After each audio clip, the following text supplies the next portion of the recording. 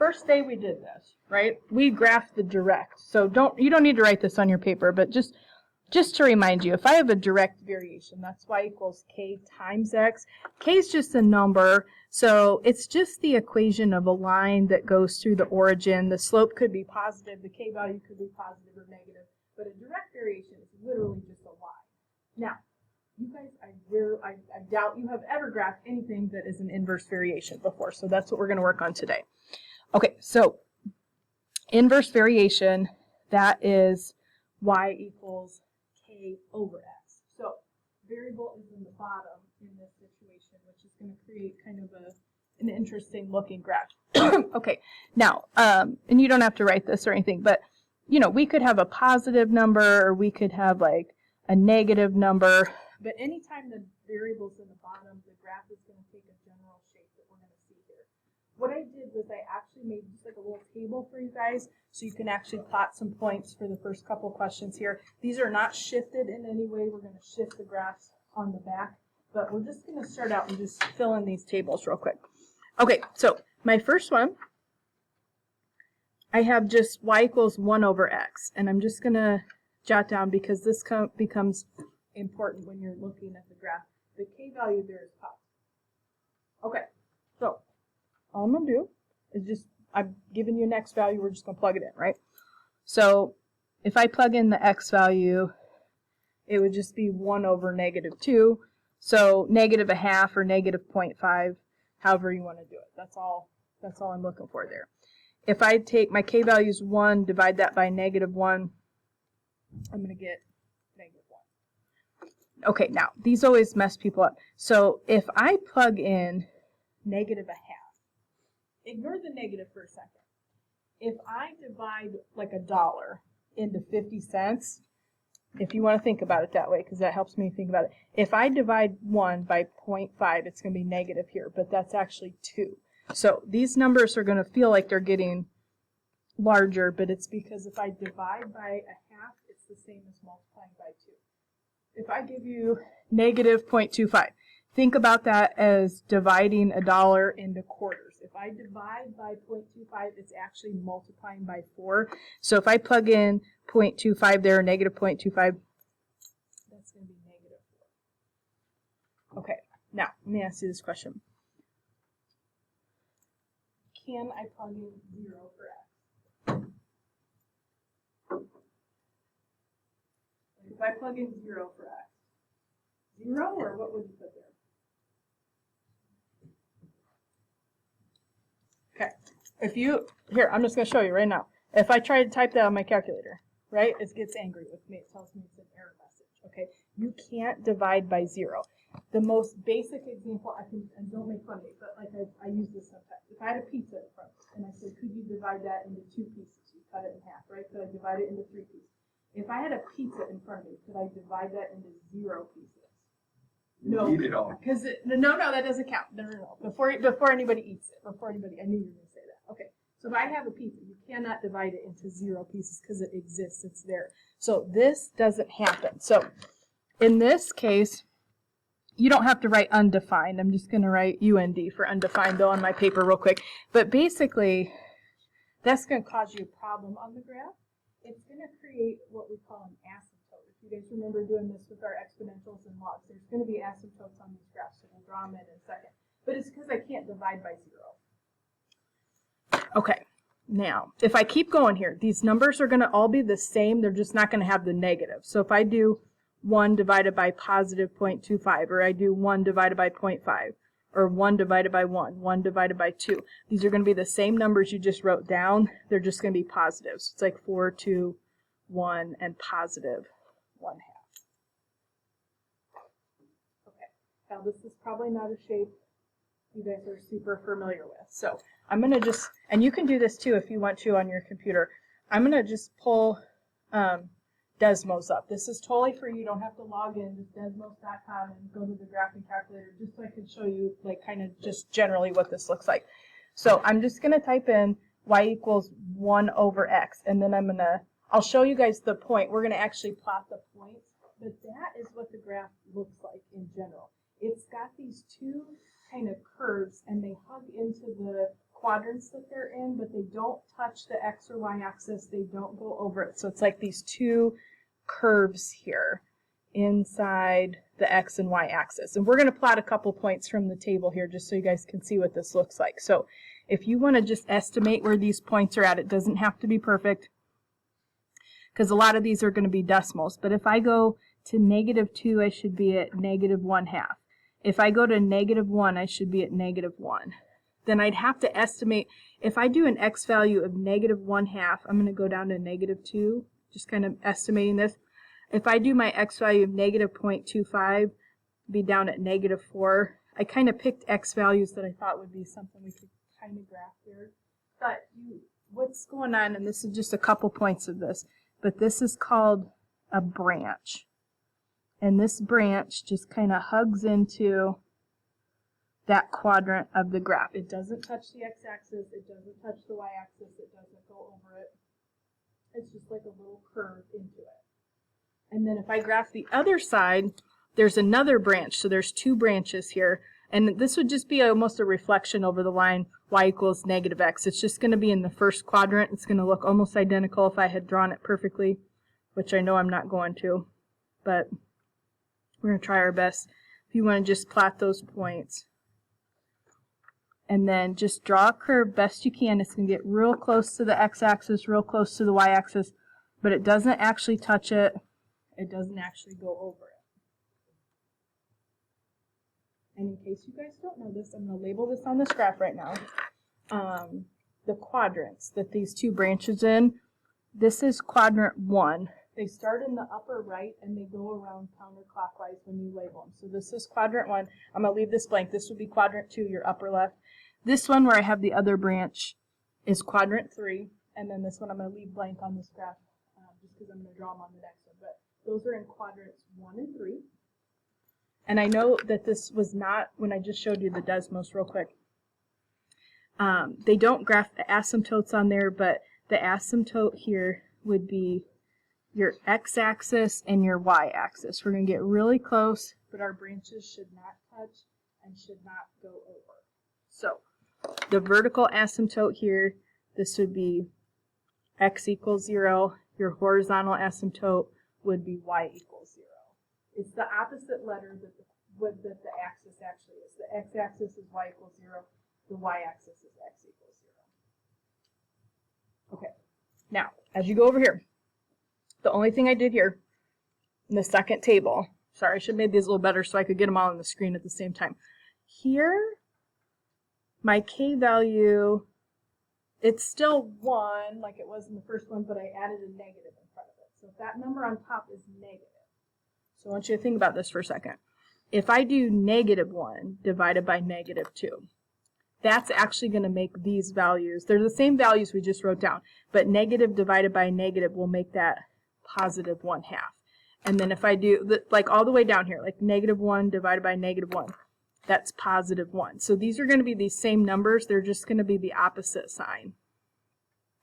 When I get to 0, I still cannot divide a negative number by 0. Your calculator will get mad, or think about, you can't put a pizza into 0 pieces. You're not allowed to eat it. Okay, so you can't divide anything by 0. That's a problem. That's what actually creates those asymptotes that you saw in the graph, because you can't actually have the x value equal to 0 there, because it doesn't exist. And then what's going to happen on the rest of this table, now if I have -1 on the top and I divide that by positive 0.25, or -1 divided by 0.5, -1 divided by 1, -1 divided by 2. Now I've got a negative number on the top, positive number on the bottom. So these are all going to be negative.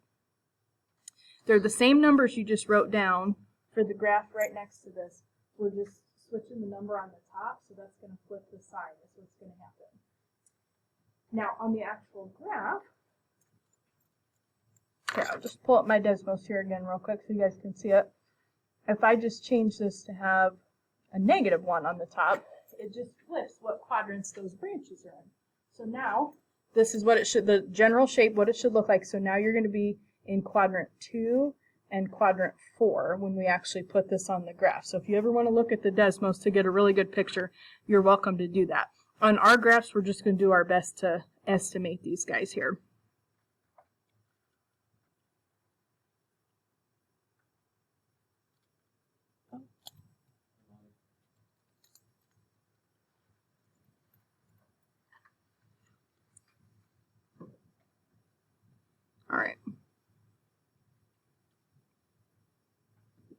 Sorry, I just lost my train of thought. Okay, so I'm going to go -2, +1/2, -1, 1, and then -1/2. Just kind of do your best at 2 and -1/4 here at 4. So the branch can go like that. So it's just kind of like a mirror image of what we just graphed. All right, so we're going to be in quadrants 2 and 4 here when we put these on the graph.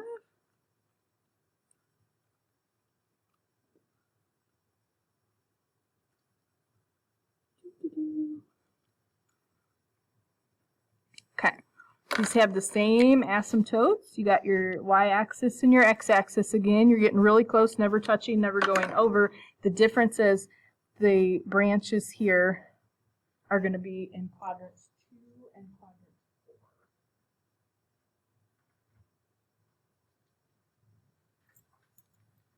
4. Okay. Is anybody having a question at the moment? Okay. Let me just have you guys, because they're the same, I'm just going to have you guys write this at the bottom real quick. The domain for both of these graphs that we just did and the asymptotes, the range, they're actually all the same if they're not shifted, which we're going to shift them on the back. But the domain, because you have these two branches, okay, one of the branches points to the left forever, one of the branches points to the right forever. And that's the same if I change to have a negative on the top. It's just like this branch points to the left forever, this branch points to the right forever. However, there's one value that you don't touch, and that's the asymptote, which is right directly in the middle of those two branches. So it's a vertical line, it's x. So the domain, and so we don't have to write multiple intervals. I'm just going to write it like this. All real numbers, but not, so I'm going to say not equal to the asymptote with your x, which is just going to be 0. That's the same for both of these graphs. Okay, the range, kind of the same concept for both of these graphs. One of the branches goes up forever. On this first graph, it's on this side. On this second graph, it's on the left side. And then one of the branches goes down forever. Here it's on the left side. Here it's on the right side, but up and down forever. But you don't touch this one number in the middle. So the range for both of these, it's actually going to look exactly the same. It's all real numbers, but not the horizontal line that you don't touch. And for both of these graphs, it's just the x and y axis, so both of those are 0. Your asymptotes, the same. The vertical one would be x equals 0. The horizontal one would be y equals 0. It's the same for both. And it's actually going to be the same for this third one we're going to draw here real quick. I just wanted to show you what would happen if I change that k value on the top. Like, how does that affect the graph? So actually, here, I'm going to go back to Desmos real quick. All right, so this third graph that I have on you guys' notes is y equals 2 over x. So just to show it to you, and I don't know how well that's shown up, but the first graph is the one that's blue and the second one is green. Basically, as that number on top increases, so if I make it 2 or if I make it 4, it's the same shape. It's just going to pull it a little bit farther away from the origin. So like if I did y equals, I don't know, I'll just give you a little example. If I did like 10 over x, that's way pulled out. The bigger the number on the top, it's the same shape. It's going to have the same asymptote, same domain and range. It's just going to pull farther. Here, let me see if I can make this smaller so you guys could see it. Like if I did, I don't know, y equals 20 over x. It just continues to pull it farther away from the origin, but it's the same shape, same domain, same range, same asymptotes. So just to show you that, we're going to go through what I have. 2 over x here.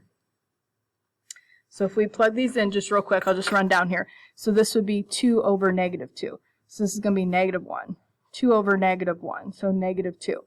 Now remember, if I divide by 1/2, it's the same thing as multiplying by 2. So if you plug in -1/2, bless you, you're actually going to get -4. If you plug in -0.25, it's like dividing $2 into quarters, if you want to think about it like that. But if I divide by 1/4, it's actually the same thing as multiplying by 4. So this would actually become -8. Now, 2 divided by 0, anything divided by 0, not allowed. Can't do it. All right, so none. Undefined there, so it's not going to happen. Now, these numbers should be identical. They're just going to be positive. So 2 divided by 0.25, this is just +8. 2 divided by 1/2, this is just +4. 2 divided by 1 is 2. And 2 divided by 2 is 1. Now, you guys are going to have to forgive me. I didn't make my graph quite big enough. It doesn't go up to 8, it only goes up to 7. So just kind of go off the graph just a little bit. So at -2, you are at -1. At -1, you are at -2. At 1/2, you're at -4. That should all be on the graph.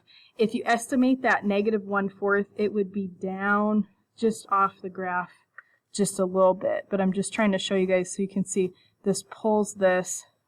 It pulls it away from the asymptotes in comparison if the number on top is smaller.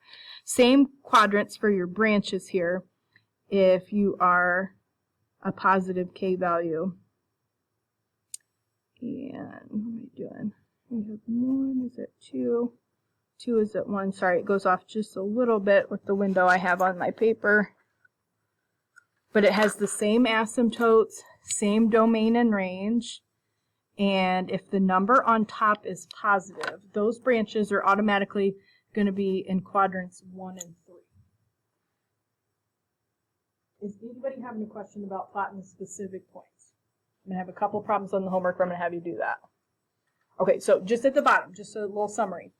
If the k value is positive, so like if you have 5 over x, or if you have some positive number, just it's in quadrants 1 and 3.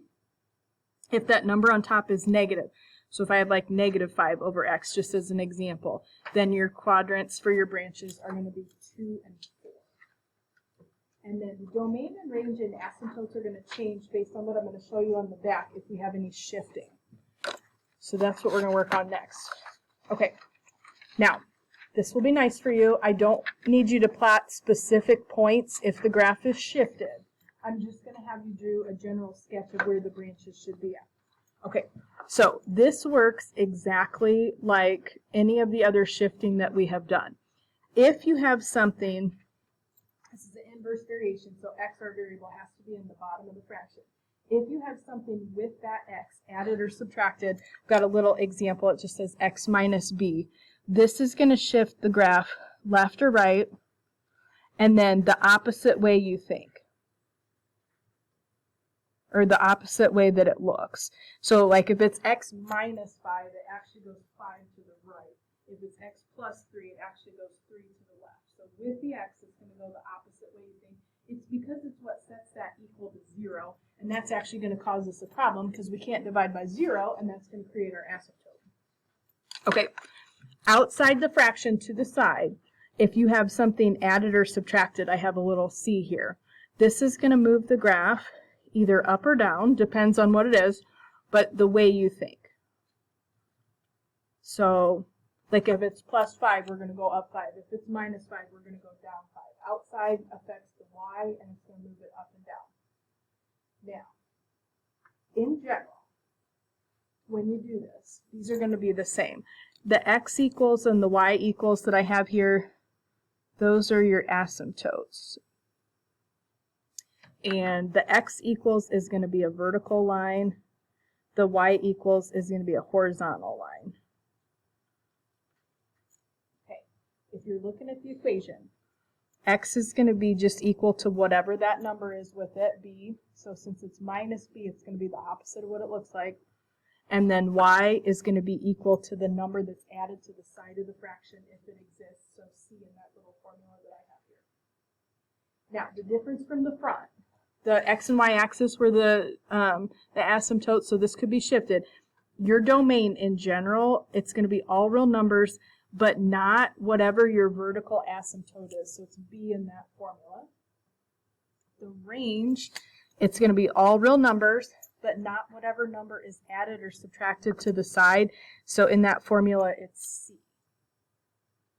Now, in this instance, does not matter if the k value is positive or negative. I would write exactly the same thing. It's going to be the same domain, the same range. Does not matter, same asymptotes. It does not matter if the k value is positive or negative. Tomorrow, that will be different. Tomorrow, that will be different. But for today, they should be identical. You just have to figure out what branches or what quadrants the branches should go in. Okay. So for my example here, we're going to translate y equals 4 over x. We're going to manipulate that in some way. So there's going to be an equation they'll give you. So just see if you could tell me, if I had 4 over x and I changed that up to be 4 over x minus 3. Like, what would that minus 3, like, how would that shift the graph? Left, right, up, down, what would you put for that? What do you think? Yes, ma'am. Opposite way you think. This is going to go right 3. Am I going to move up or down on this graph? No, there's nothing to the side. Okay, so here's all I would have you do. I'm going to go to the right 3. So I'm just going to literally take my y-axis and scooch it over 3 units. So I'm going to have you guys draw these asymptotes in here. So you can draw a dotted line, use a highlighter, whatever you want to do. So this would be nice vertexal line at 3. And that's my problem number, because if I plugged in 3 to that equation, I'd have 4 divided by 0, which I cannot do. And here's the other thing. Because I don't move up or down, your x-axis is just going to stay your x-axis. That'll be your other asymptote. You're not moving up and down. And I know it's the x-axis, but it actually has the equation y equals 0. Those are your 2 asymptotes. Okay, so over here, x is 3 and y is 0. Now, you do not have to plot specific points. I want to see those asymptotes in there. But beyond that, you just want to look at the top of the fraction. Okay, so I've just got a positive 4 here. If this is positive 4, I'm going to be in quadrants 1 and 3 for my branches. Just base those quadrants on your asymptotes. So don't look at the x and y axis. Look at what we just drew here. So this is like my y-axis. This is my x-axis. I'm just going to sketch a picture of those branches. It does not have to be perfect. I'm just looking for the general shape and the correct quadrants. So it would be in quadrants 1 and 3 based on your asymptotes. And if you forget, let me just draw this to the side here. So the quadrants go counterclockwise. They start in the upper right. They go counterclockwise 1, 2, 3, 4. All right, if I looked at the question right next to this, I have 4 over x plus 2. How would you tell me that graph is going to be moved? Like up, down, left, right? What do you think? Up 2. You don't have anything with the x, just the plus on the outside. So just up 2. Okay, now when I do my asymptote, that's just going to take my x-axis. I'm going to shift the whole thing up 2 spots. So it's actually a nice horizontal line. This is y equals 2. Now, since you just have a plain x in the bottom, your problem number is 0. You don't want to divide by 0. But what that's going to do, I'm not going to shift the graph left or right here. That's just going to leave the y-axis where it's at. So that would be, I know it's the y-axis, but it actually has the equation x equals 0. So there, oh shoot, I forgot. Let me go back to the previous question. My fault, guys. For your domain, you're going to go left and right forever, but you're not going to touch 3.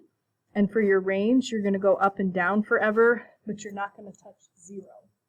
So the x is going to be related to the domain. The y is going to be related to the range. That's the one number you're not going to touch. It's going to be the same thing here. My number on top, positive 4. So I'm going to be in quadrants 1 and 3 again. So just a sketch, just base your quadrants on your asymptotes. Doesn't have to be perfect. You don't have to plot specific points. X is going to be 0 for your horizontal, your vertical asymptote, I'm sorry. Y is going to be 2 for your horizontal asymptote. Domain, you're going to go left and right forever, but you're not touching the y-axis, which is x equals 0. And for your range, you're going up and down forever, but you're not touching the 2. So I'm just going to say all real numbers, but not 2. Okay, let's just do 2 more real quick. So at the bottom here, again, I would notice the top value. It doesn't matter what that number is. I'm not going to have you plot specific points if we're shifting, but it just doesn't matter if it's positive or negative. So if this is positive 4 here again, I'm going to be in quadrants 1 and 3. Let me draw my asymptotes. So if I got x minus 1, that's actually going to go right 1, and then I actually have something to the side also. So that's going to go down 5. So right 1 is going to make your y-axis at x equals 1, and down 5 is going to move your x-axis down 5 spots. That's y equals negative 5. So x is 1, y is -5. Those will be your two asymptotes there. And then again, I just need a sketch, but base your quadrants on your asymptotes. So quadrant 1 and 3 here, because that k value is positive. Just do your best, get kind of close to the asymptote, just curve into it, but don't touch it and don't go over it the best you can. Your domain, you should go left and right forever, so you're going to hit all the real numbers, but not the vertical line right in the middle of those branches, which is when x is 1, so you want to exclude 1. And then for the range, you are going to go up and down forever, except for that number right in the middle of those branches, which is going to be where y is -5. So all the real numbers, but not -5. And then I have one more here real quick. If you have a negative on the top, the only thing that's going to, everything else is the same. The only thing that's going to change up, this was going to be in quadrants 2 and 4. So when you put this on the graph here, everything else is going to work the same. X plus 6, so that's actually going to be left 6, because if I plugged in -6, that would cause me a problem on the bottom. And then I'm going to go down 3 here on the outside. You can just copy that. So left 6, you're going to have a nice vertexal line at -6. That's going to be your new y-axis. And your new x-axis, we're going to shift down 3. So it's going to be right there. Sorry, y equals -3 there. So -3 and -6. And then just be real careful here. The quadrants should be 2 and 4 because we have a -4 on the top. So kind of same shape. You don't have to plot specific points. We're just going to curve into it. And then the domain and range would be the same. Even though the branches are in different quadrants, one of them does go left and right forever on either side. You don't touch that number in the middle. So for your domain, everything except -6. And then for your range, one side goes up forever, one side goes down forever, but they don't touch that number in the middle of that axis. So all real numbers, but not -3. Sorry, I know that's a lot. Is anybody having a question?